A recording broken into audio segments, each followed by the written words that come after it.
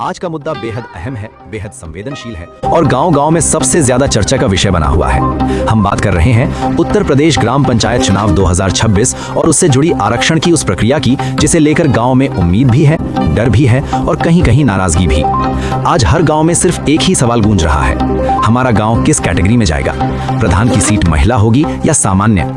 कहीं फिर से SC, ST या OBC तो नहीं? और सबसे बड़ा सवाल, क्या ये सब पहले से तय होता है? आज की स्क्रिप्ट में हम आपको बताएंगे आरक्षण का पूरा सिस्टम, गांव का नंबर निकलने की असली प्रक्रिया और वो सच्चाई जो अक्सर फाइलों में दब जाती है। पंचायत चुनाव क्यों इतना अहम है?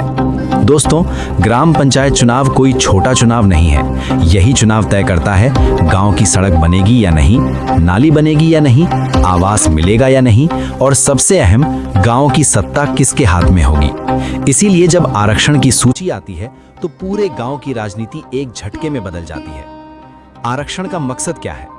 सरकार कहती है आरक्षण का उद्देश्य है हर वर्ग को प्रतिनिधित्व देना, महिला हो, दलित हो, आदिवासी हो या पिछड़ा वर्ग, ताकि पंचायत सिर्फ ताकतवर लोगों की जागीर न बन जाए। लेकिन सवाल ये है कि क्या जमीन पर भी ऐसा ही होता है? आरक्षण तय कौन करता है? ये सबसे बड़ा भ्रम है। बहुत से लोग मानते हैं कि सब ऊपर से सेट होता है या DM साहब ने मन से महिला कर दी। लेकिन सच्चाई ये है कि आरक्षण तय करने के लिए एक तय कानून और तय गणित है। उत्तर प्रदेश पंचायती राज अधिनियम, सरकारी नियमावली और पिछले चुनावों का रिकॉर्ड, इन सब के आधार पर ही फैसला होता है।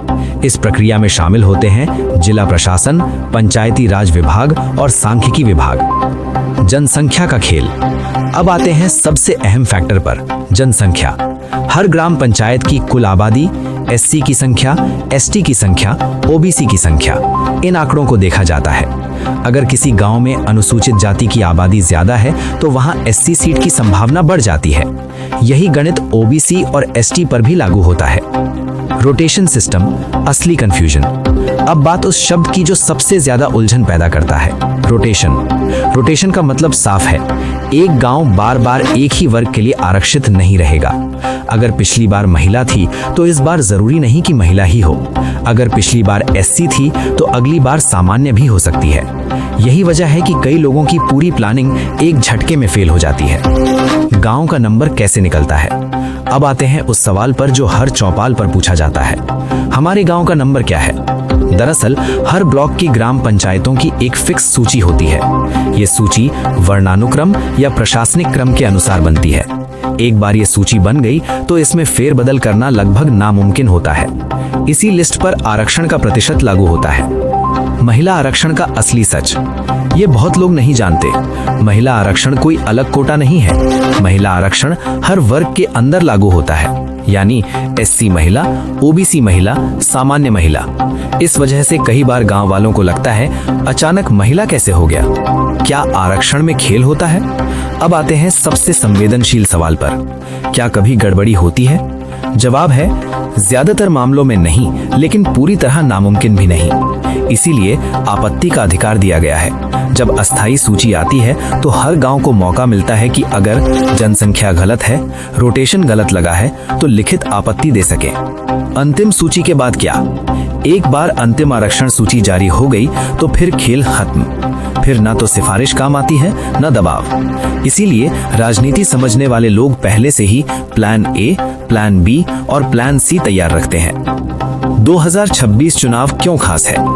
इस बार पंचायत चुनाव और ज्यादा खास है क्योंकि कई जगह परिसीमन हुआ है, नई पंचायतें बनी हैं, कहीं पंचायतें मर्ज हुई हैं। इसका मतलब कई गांवों में आरक्षण पहली बार नए सिरे से तय होगा। युवाओं के लिए मौका। इस बार एक बड़ा बदलाव और दिख रहा है। गांव की राजनीति में पढ़े लिखे युवा आगे आ रहे हैं, जो सिर्फ प्रधान नहीं, गांव का सिस्टम बदलना चाहते हैं। लेकिन इसके लिए आरक्षण की सही जानकारी सबसे जरूरी हथियार है। आखिरी और सबसे जरूरी बात, दोस्तों, उत्तर प्रदेश ग्राम पंचायत चुनाव 2026 का आरक्षण कोई रहस्य नहीं है। रहस्य बन जाता है जब सही जानकारी नहीं होती। इसीलिए अफवाह से बचिए, सरकारी सूचना पर भरोसा रखिए और रणनीति नियम समझकर बनाइए। अगर आपको ये वीडियो जरा भी काम का लगा हो तो इसे